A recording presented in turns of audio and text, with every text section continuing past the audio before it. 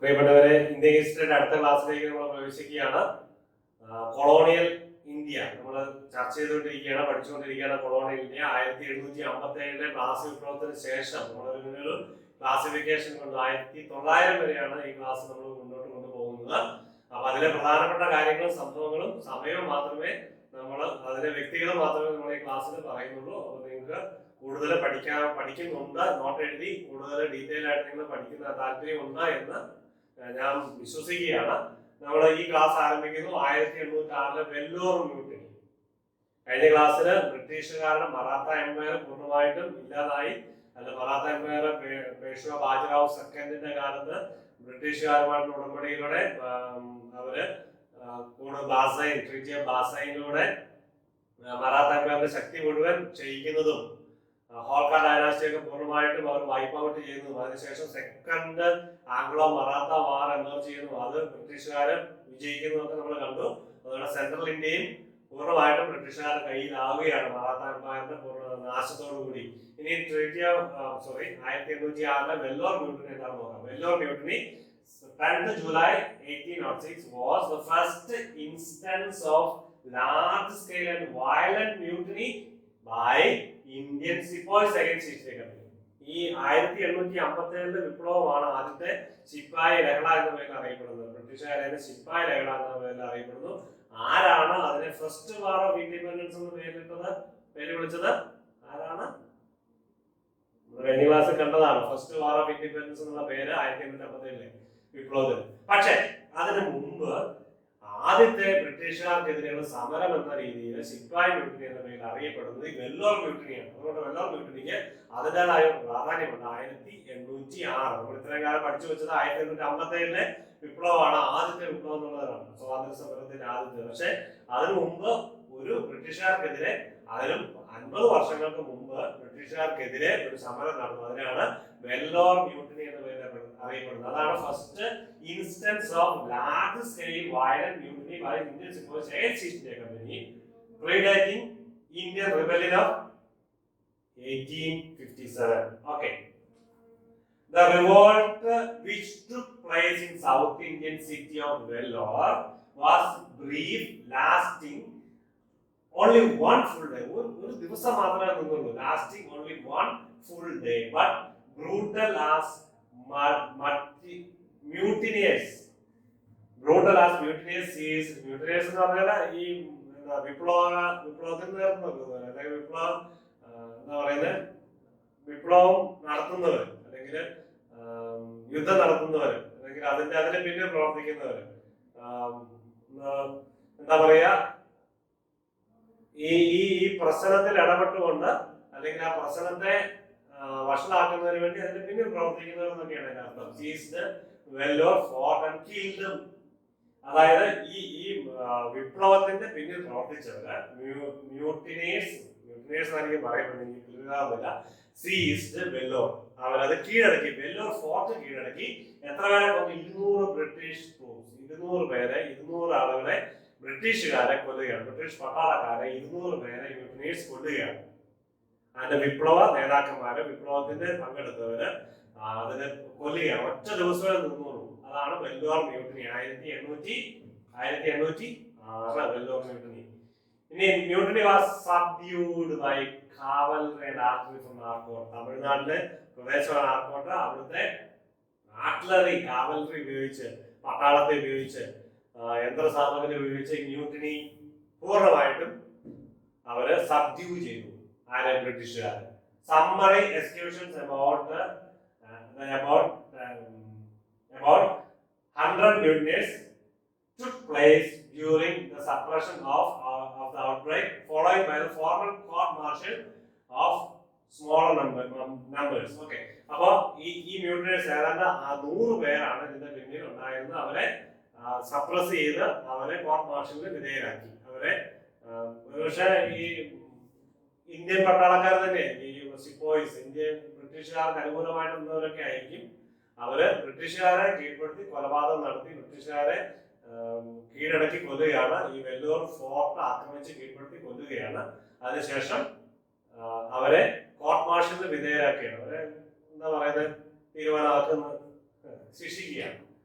ഇനി first treaty of Amritsar 1809 first treaty of Amritsar between the British East India Company and Ranjit Singh. Ranjit സിംഗിനെ പറ്റിയാണ് കണ്ടത്. സിഖ് എംപയറിന്റെ സ്ഥാപകനാണ് രഞ്ജിത് സിംഗ്. കഴിഞ്ഞ മുമ്പത്തെ ക്ലാസ്സിൽ നമ്മൾ കണ്ടതാണ് treaty of Amritsar. British East India കമ്പനിയും രഞ്ജിത് സിംഗ്, അതായത് സത്ലജ് ഏരിയയുമായിട്ട് ബന്ധപ്പെട്ട അതിന്റെ consolidating power in the Sutlej area, അവിടുത്തെ അധികാരമായിട്ട് ബന്ധപ്പെട്ട. ഓർക്കുക, നോർത്ത് ഇന്ത്യയിലേക്ക് പ്രവേശിക്കുക. നോർത്ത് എന്ന് പറഞ്ഞാൽ ഏറ്റവും നോർത്തിലേക്ക് പ്രവേശിക്കുക. സത്ലജ് എന്ന് പറഞ്ഞാൽ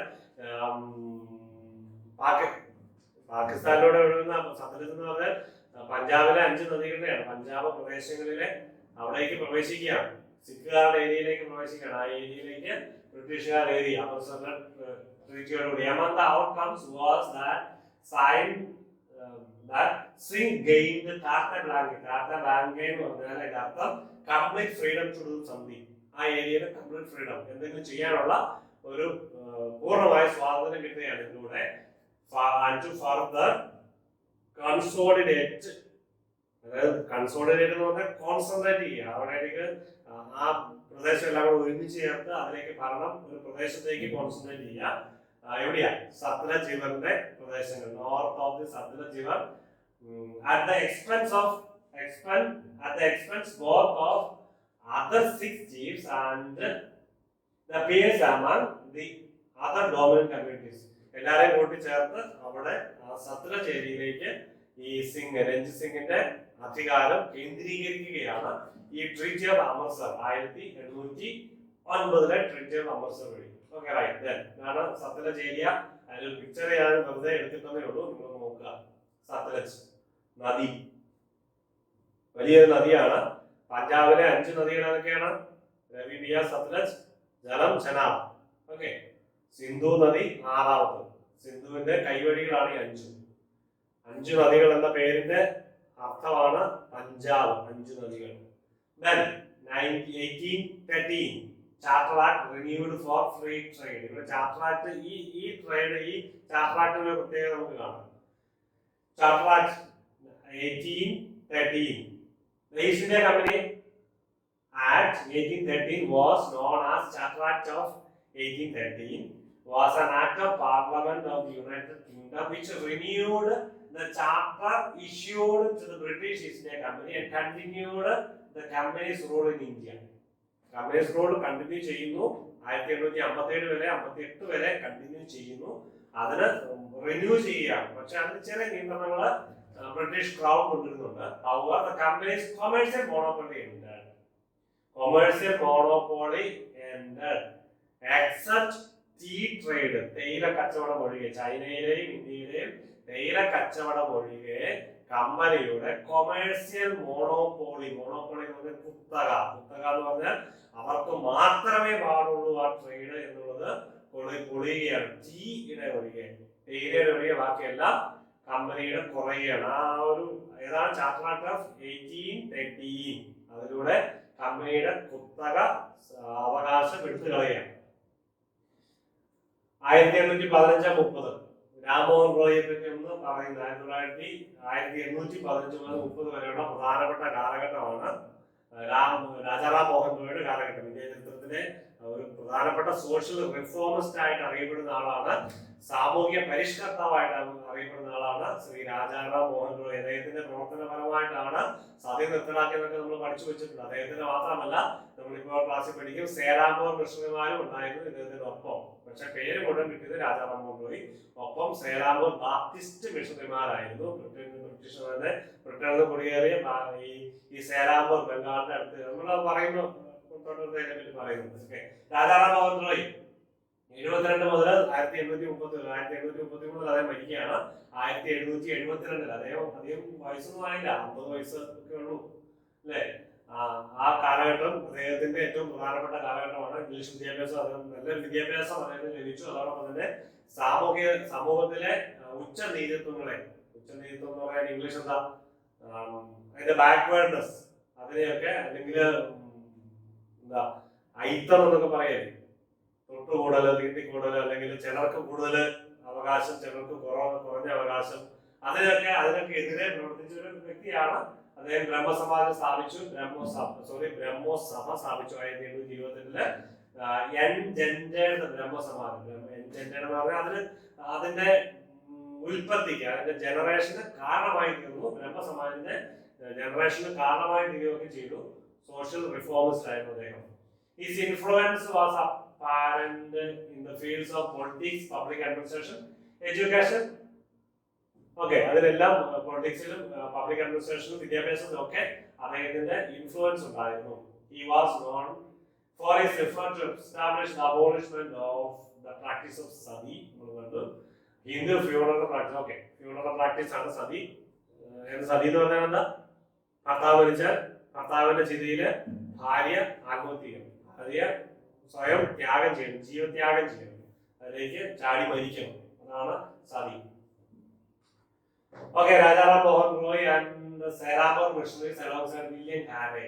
Rajaram Mohan Roy, Sarapur missionaries ഒരുമിച്ച് ഈ കാലഘട്ടത്തിൽ പ്രവർത്തിച്ചത്. Under sustained campaign against sati by Christian missionaries such as William കാരയും അദ്ദേഹത്തിന്റെ മിഷണറിമാരുമായിരുന്നു സേറാപൂർ മിഷണറിമാർ. അദ്ദേഹം ഈ Brahmin Hindu reformers such as Ram Mohan Roy and the provincial government banned sati in 1829. ഓക്കെ, രാജാറാം മോഹൻ റോയും അതോടൊപ്പം തന്നെ വില്യം കാരയുടെ നേതൃത്വത്തിലുള്ള സേറാപൂർ മിഷണറിമാരും ഒരുമിച്ച് ചേർന്ന് പ്രവർത്തിച്ചതിന്റെ ഫലമായിട്ട് ബാൻ ചെയ്തു സതി. ഓക്കെ, നമ്മൾ ഇനി കാണും ഡിസംബർ 4 അതിനെപ്പറ്റി 1929 നമ്മളൊന്നുകൂടെ ആ സമയം കുറച്ചുകൂടെ കഴിയുമ്പോൾ നമ്മളത് കാണുന്നതായിരിക്കും. This was followed up by similar laws by authorities in princely states in India in the ensuing decades with the general ban of Queen Victoria ആയിരുന്നു ആ കാലഘട്ടത്തിൽ. ഓക്കെ, നേപ്പാളില് സതി നിർത്തലാക്കി 1920. ഒന്ന് പരാമർശിച്ച് പോകുന്നുള്ളൂ, നിങ്ങളൊന്ന് വായിച്ചു പോയാൽ മതി, അതിനെപ്പറ്റി ഒന്ന് മനസ്സിലാക്കുക, അത്രേ ഉള്ളൂ. നേപ്പാളിൽ sati നിർത്തലാക്കുന്നു.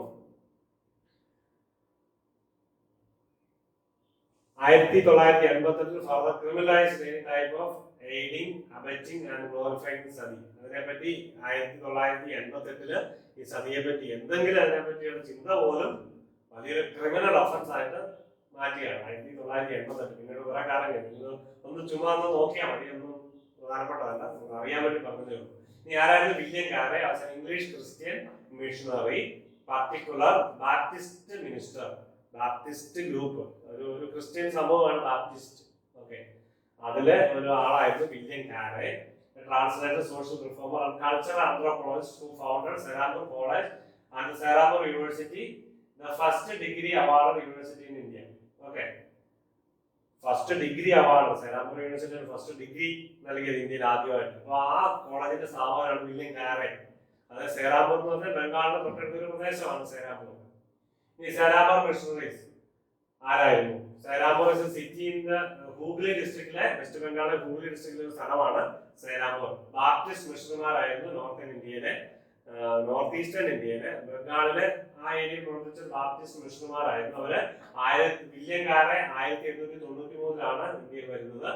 Worker for 6 years many north ബംഗാളിൽ വർക്ക് ചെയ്തു.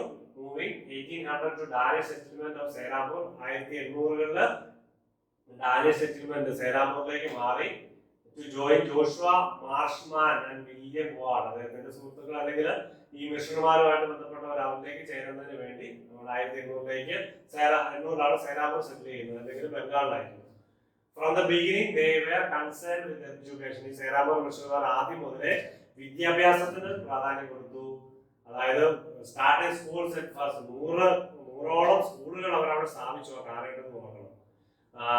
Concerned with education, starting schools at first in their immediate vicinity and eventually throughout the province of Bengal, from Dhaka and Chittagong in the east to Suri, Chittagong in the east and Suri in the west.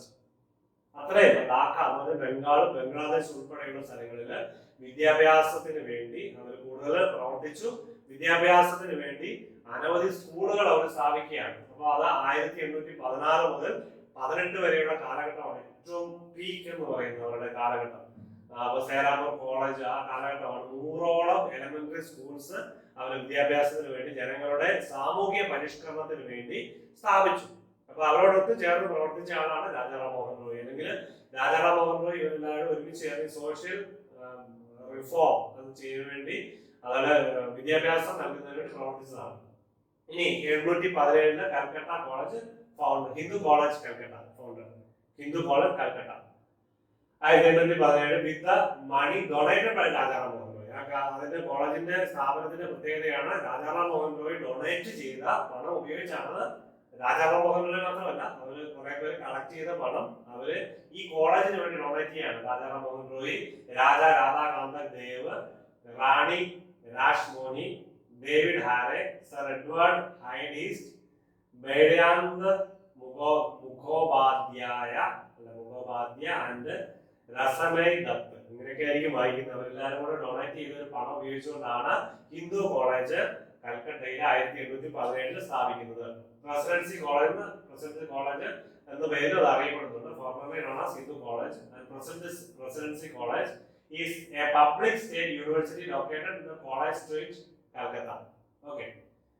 Established in 1817, it is probably the oldest institution in India to have no religious connection. ഇതായിരിക്കാം probably ഇതായിരിക്കാം religious connection ഇല്ല, മതപരമായ ഒരു connection ഇല്ലാതെ ഇന്ത്യയിൽ സ്ഥാപിക്കപ്പെട്ട ആദ്യത്തെ institution, ആദ്യത്തെ എഡ്യൂക്കേഷൻ ഇൻസ്റ്റിറ്റ്യൂഷൻ ഇതായിരിക്കാം ഈ പ്രസിഡൻസി കോളേജ്. അല്ലെങ്കിൽ ഹിന്ദു കോളേജിന്റെ പേര് ഹിന്ദു കോളേജ് എന്നാണെങ്കിലും അതൊരു റിലീജിയസ് മൈൻഡോട് കൂടി സ്ഥാപിക്കപ്പെട്ട പ്രവർത്തിച്ചതായിരുന്നില്ല എന്നതിന്റെ അർത്ഥം. ഇനി ഈ ജെയിംസ് മിൽ ഇതൊന്ന് ശ്രദ്ധിക്കുക. 1817 James Mill's history of India publish. ഈ ഹിസ്റ്ററി ഓഫ് ഇന്ത്യ എന്ന് പറയുമ്പോൾ ഇന്ത്യയെ ഡിവൈഡ് ചെയ്യുന്ന ഒരു സാധനമായിരുന്നു. ഇന്ത്യയെ എന്താ പറയുന്നത് കമ്മ്യൂണൽ ആയിട്ട് വ്യത്യസ്തമായിട്ട് കണ്ടുകൊണ്ടാണ്. നമുക്ക് അത്ര വെൽക്കമിങ് അല്ല എന്നാണ് എനിക്ക് മനസ്സിലാക്കാൻ സാധിച്ചത്. James mill was A British historian, economist and political theorist and philosopher. James mill 1873 മുതൽ 1836 കാലഘട്ടത്തിൽ അദ്ദേഹം പുസ്തകം പബ്ലിഷ് ചെയ്ത് 1817-19 കാലഘട്ടത്തിൽ. Okay. He is counted among the founders of Ricardian School. Ricardian School economic school in London. Economics main concentrate ചെയ്ത ഒരു സ്കൂളാണ്. School എന്ന് പറഞ്ഞാൽ ഒരു യൂണിവേഴ്സിറ്റി എന്ന് വേണമെങ്കിൽ പറയാം, ഒരു വിദ്യാഭ്യാസ സംരംഭം എന്ന് വേണമെങ്കിൽ പറയാം. Was the father of John Stuart Mill. John Stuart മില്ലിന്റെ അപ്പനാണ് James Mill. John Stuart Mill ഇതൊക്കെ എക്കണോമിക്സ് പഠിക്കുമ്പോഴും സോഷ്യോളജി പഠിക്കുമ്പോഴും ഒക്കെ പൊളിറ്റിക്കൽ സയൻസ് പഠിക്കുമ്പോഴും ഈ പേര് നമ്മൾ പഠിച്ചിരിക്കാതെ മാർഗമില്ല. ഇവരെ പറ്റി പഠിച്ചിരിക്കുന്ന നിർബന്ധമാണ്. നിങ്ങൾ മുന്നോട്ട് പോകുമ്പോൾ പഠിക്കണം. ഇവരുടെ പുസ്തകങ്ങളൊക്കെ ഏതൊക്കെയാണെന്ന് മനസ്സിലാക്കണം. അതൊക്കെ പരീക്ഷ ചെയ്യുമ്പോൾ വന്നേക്കും. ഫിലോസഫർ ഓഫ് ലിബറലിസം എന്ന പേരിൽ അറിയപ്പെടുന്ന John Stuart James Mill. Okay, his influential history of British India, ആരെയാണ് John James Mill, John Stuart മില്ലിന്റെ അപ്പൻ James Mill. Okay. Complete denunciation and rejection of Indian culture and civilisation. ഞാൻ നേരത്തെ പറഞ്ഞില്ലേ, complete denunciation of Indian culture and civilisation. അവർക്ക് അത്ര വലിയ താല്പര്യമൊന്നുമില്ലായിരുന്നു. അല്ലെങ്കിൽ ഈ പുസ്തകത്തില് ഇന്ത്യൻ കൾച്ചറിന്റെ സിവിലൈസേഷൻ, നമ്മുടെ സംസ്കാരവും നമ്മുടെ പൈതൃകവും ഒക്കെ അതൊന്നും വലിയ താല്പര്യം ഉണ്ടായിരുന്നില്ല. അതിനെ പൂർണ്ണമായിട്ടും എന്താ പറയുന്നത് താഴ്ത്തിക്കെട്ടി കാണിക്കുക എന്നുള്ളതാണ്. He divided Indian history into 3 parts: Hindu, Muslim and British. Divide ചെയ്യും മനസ്സിലാക്കാൻ വേണ്ടി മാത്രം. Then Marathas finally crushed. നമ്മൾ നേരത്തെ കണ്ടു 1818 കൂടി പൂർണ്ണമായിട്ടും തീരുമാനമാകുകയാണ്. 1817-19 കാലഘട്ടത്തിൽ മറാത്ത പൂർണ്ണമായിട്ടും തേർഡ് ആംഗ്ലോ മറാത്ത വാർ വരുന്നു. അവർ പൂർണ്ണമായിട്ടും മറാത്ത ബ്രിട്ടീഷുകാരുടെ കീഴിലാവുന്നു. മറാത്ത അമ്പയർ നേരത്തെ നമ്മൾ കണ്ടു 1800 മുതൽ 1818 വരെയുള്ള കാലഘട്ടം. പേഷ്റാവു ബാജിറാവു സെക്കൻഡ് ആ കാലഘട്ടം, ട്രീറ്റി ഓഫ് ബസൈൻ ഒക്കെ നമ്മൾ കേട്ടു. അതുമായിട്ട് ബന്ധപ്പെട്ട് ചിന്തിക്കുക, മറാത്ത പൂർണ്ണമായിട്ടും ബ്രിട്ടീഷുകാരുടെ അധീനതയിലാവുകയാണ് ഈ കാലഘട്ടം. War left company control most of India. നേരത്തെ പറഞ്ഞു അത് മാത്രമേ ഉള്ളൂ. Okay.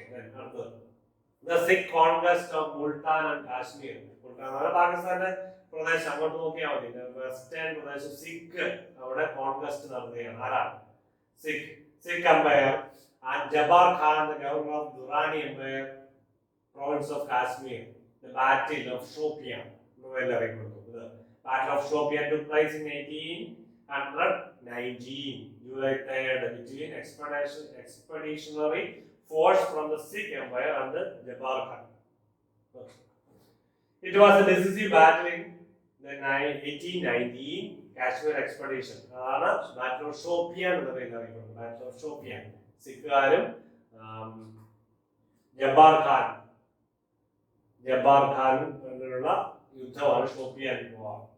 The conquest of Kashmir marked the extensive addition to the Sikh Empire and significantly increased the empire's revenue. അപ്പോൾ ഈ ഷോപ്പിയാൻ വാറോടുകൂടി 1819 എക്സ്പെഡിഷനോടുകൂടി സിഖ് എംപയർ കൂടുതൽ എക്സ്പാൻഡ് ചെയ്യപ്പെടുകയും അവരുടെ റവന്യൂ കൂടുതൽ വർദ്ധിക്കാനായിട്ട് സഹായകമാവുകയും ചെയ്യുകയാണ്. Next 1823 the licensing regulation, Adams regulation എന്ന പേരിൽ അറിയപ്പെടുന്നത്. ലൈസൻസിംഗ് റെഗുലേഷൻ ഇതൊരു പ്രധാനപ്പെട്ട ഒരു റെഗുലേഷൻ ആണ്. പിന്നീട് അവർ ബ്രിട്ടീഷുകാരുടെ അധീനതയിലേക്ക് വരാൻ അത് ഇതിന്റെ ഇത്രയേ ഉള്ളൂ. നമ്മുടെ പത്രങ്ങളെ റെഗുലേറ്റ് ചെയ്യാണ്. തോന്നിയ പോലെ ഒന്നും പബ്ലിഷ് ചെയ്യാൻ പറ്റില്ല. അല്ലെങ്കിൽ ബ്രിട്ടീഷുകാർക്കെതിരെ ഒന്നും പബ്ലിഷ് ചെയ്യാനോ എഴുതാനോ പബ്ലിഷ് ചെയ്യാനോ പാടില്ല. അല്ലെങ്കിൽ അങ്ങനെയുള്ള ഒരു കാര്യം പാടില്ല. അതുകൊണ്ടാണ് ഈ റെഗുലേഷൻ വരികയാണ്. കംപ്ലീറ്റ് കൂച്ചിക്കെട്ടുകയാണ്. മീഡിയ റെസ്ട്രിക്ട് ചെയ്യാണ്. ഈ അടുത്ത കാലത്ത് കേരളത്തിൽ അങ്ങനെ ഒരു നിയമം കൊണ്ടുവരാൻ ശ്രമിച്ചു, പക്ഷേ അത് പിൻവലിക്കുകയാണ് ചെയ്തത് നിങ്ങൾക്കറിയാം. അപ്പോൾ the licensing regulation, Adams regulation എന്നാണ് അറിയപ്പെടുന്നത്. ഓർക്കുക, പേര് ഞാൻ 2 പ്രാവശ്യം പറയുന്ന കാര്യം മറക്കാതിരിക്കാൻ വേണ്ടിയാണ്. Directed against vernacular news paper. Vernacular എന്ന അർത്ഥം ഞാൻ പറഞ്ഞിട്ടുണ്ട്. ഇന്ത്യൻ ഭാഷയിൽ, അത് ബ്രിട്ടീഷുകാർക്ക് അറിയുണ്ടാവില്ല. ഇന്ത്യൻ ഭാഷയിൽ എഴുതി പബ്ലിഷ് ചെയ്ത് കഴിഞ്ഞാൽ എന്തൊക്കെ എഴുതണമെന്ന് പറയാൻ പറ്റില്ല. അതുകൊണ്ട് അവർക്കത് അറിവില്ലാത്തതായിരിക്കും. അപ്പൊ വെർണാക്കുലർ ലാംഗ്വേജ്, വെർണാക്കുലർ എന്ന് പറഞ്ഞാൽ ലാംഗ്വേജ് ആയിരുന്നു നമ്മുടെ തദ്ദേശീയ ഭാഷ എന്ന് പറയുന്നത്. തദ്ദേശീയ ഭാഷയിൽ പ്രവർത്തിക്കുന്ന അല്ലെങ്കിൽ പുറത്തിറക്കുന്ന പത്രങ്ങൾക്ക് നിയന്ത്രണം. Acting governor general John Adams, അന്നത്തെ acting governor general John Adams ആണ് ഇത് പുറത്തിറക്കിയത്. അതുകൊണ്ടാണ് ആഡംസ് റെഗുലേഷൻ എന്ന പേരിൽ ഇത് അറിയപ്പെടുന്നത്. അക്കോർഡിംഗ് ടു ദീസ് റെഗുലേഷൻ എന്താണ് ഇതിന്റെ കാര്യം എന്താണെന്ന് നോക്കുക. Starting or using a press without license was a penal offense. Starting and using a press, അതായത് അനുവാദമില്ലാതെ ഒരു പ്രസ് സ്ഥാപിക്കുകയോ പ്രവർത്തിക്കുകയോ ചെയ്യാൻ പാടില്ല. അത് ഒരു പീനൽ ഒഫൻസ്, പണിഷബിൾ ഒഫൻസ് ആണ്. അത് ശിക്ഷിക്കപ്പെടാനുള്ള ഒരു കാരണമായി തീരും. These restrictions were directed chiefly against Indian language newspaper or those edited by Indians. ഇത് ഈ റെസ്ട്രിക്ഷൻസ് എന്തിനു വേണ്ടിയായിരുന്നു? നേരത്തെ പറഞ്ഞതുപോലെ ഇന്ത്യൻ ന്യൂസ് പേപ്പർ അല്ലെ ഇന്ത്യക്കാർ എഡിറ്റ് ചെയ്യുന്ന ന്യൂസ് പേപ്പറിന് എതിരായിട്ട് മാത്രമേ ഉള്ളൂ. അതായത് ബ്രിട്ടീഷുകാർ അവരുടെ എല്ലാ പ്രവർത്തനങ്ങളെയും, ബ്രിട്ടീഷുകാർക്കെതിരെയുള്ള എല്ലാ പ്രവർത്തനങ്ങളെയും സപ്രസ് ചെയ്യുന്നതിന് വേണ്ടി അവർക്കെതിരെ ഒന്നും വരാൻ പാടില്ല. അത് തന്നെ രാമോഹൻ റോയ് മിറാത്തുൽ അക്ബർ ഒക്കെ സ്റ്റോപ്പ് ചെയ്യാനായിട്ട് കാരണമായി തീർന്നു. ഇങ്ങനെയുള്ള പത്രങ്ങൾ അതുകൊണ്ടായിരുന്നു. അത് ബ്രിട്ടീഷുകാർക്കെതിരെ അല്ല സോഷ്യൽ റിഫോർമേഷൻ ഒക്കെ വേണ്ടി പ്രവർത്തിച്ചിരുന്ന പത്രങ്ങളൊക്കെ നിർത്തലാക്കാൻ വേണ്ടി, അതായത് രാംമോഹൻ റോയിയുടെയാണ് ഈ പത്രം മിറാത്തുൽ അക്ബർ, അതൊക്കെ നോക്കുക, പേരൊക്കെ ഓർത്ത് വെക്കുക, അതൊക്കെ നിർത്തുന്നതിന് വേണ്ടി കാരണമായി തീർന്നു. എന്നാണ് 1823 ആഡംസ് റെഗുലേഷൻ വഴി, അതായത് licensing regulation act. Then the Lord William Bentinck become Governor General. പ്രധാനപ്പെട്ട ഒരു ഗവർണർ ജനറലിലേക്ക് വരികയാണ് Lord William Bentinck. Lieutenant general Lord William Henry Cavendish Bentinck, മുഴുവൻ പേര് 1774 മുതൽ 1839 വരെ. Known as Lord William Bentinck was a British soldier and statesman. He served as Governor General 1828 to 1835. 7-8 കൊല്ലം അദ്ദേഹം ബ്രിട്ടന്റെ ഇന്ത്യയുടെ ഗവർണർ ജനറൽ ആയിരുന്നു ലോർഡ് വില്യം ബെന്റിക്. ചെറുപ്പക്കാരനാണ് അല്ലേ. ബ്രഹ്മസമാജം ഫൗണ്ടഡ് ഇൻ 1828. ബ്രഹ്മസമാജം അതായിരുന്നു a prominent socio-religious movement was founded by Rajaram Mohan Roy along with Dwarkand Tagore and others. കുറെ പേര് കൂടിയാണ് ബ്രഹ്മസമാജത്തെ ലീഡിങ് ചെയ്ത ആളാണ് രാജാറാം മോഹൻ റോയ്. 1828 ഓഗസ്റ്റ് 20 ബ്രഹ്മസമാജം സ്ഥാപിതമാകുന്നത്. അതിന്റെ കാര്യകാര്യങ്ങളും എന്താണ് ബ്രഹ്മസമാജത്തിന്റെ പ്രത്യേകതകളും അതിന്റെ പ്രവർത്തനങ്ങളും അതിൽ പ്രവർത്തിച്ച ആളുകളെ പറ്റിയൊക്കെ നിങ്ങൾ പഠിക്കില്ലേ? നന്നായിട്ട് നോക്കി പഠിക്കുക, എന്നാലേ ഇന്ത്യൻ ഹിസ്റ്ററി പൂർണ്ണമാവുള്ളൂ. ഇങ്ങനെയൊക്കെ പഠിക്കണം. ബ്രഹ്മസമാജം എന്തായിരുന്നു? Socio societal is a societal component of Brahmoism, which began as monotheistic reformist movement of Hindu religion that appeared during the Bengal Renaissance. Bengal റിനൈസൻസിന്റെ കാലഘട്ടത്തില്, ബംഗാൾ നവോത്ഥാന കാലഘട്ടത്തില് ബ്രഹ്മോയിസം എന്ന് പറഞ്ഞാൽ ഒരു മോണോതെയിസ്റ്റിക് എന്ന് പറഞ്ഞാൽ വൺ ഗോഡ്, ഒരു ദൈവം ഹിന്ദു, അങ്ങനെ ആ ഒരു രീതിയിൽ ബ്രഹ്മോയിസം ഡെവലപ്പ് ചെയ്തു. അനുകൂലിച്ചുകൊണ്ടുള്ള ഒരു മൂവ്മെന്റ്, സൊസൈറ്റൽ മൂവ്മെന്റ്, ഒരു സോഷ്യോ റിഫോമിസ്റ്റ് മൂവ്മെന്റ് എന്ന് വേണമെങ്കിൽ പറയാം സമാജം. രാജാറാം മോഹൻ റോയ് നമ്മൾ നേരത്തെ കണ്ടതാണ്, അദ്ദേഹത്തിന്റെ കാലഘട്ടം നമ്മൾ നോക്കുക. രാജാറാം മോഹൻ റോയ്.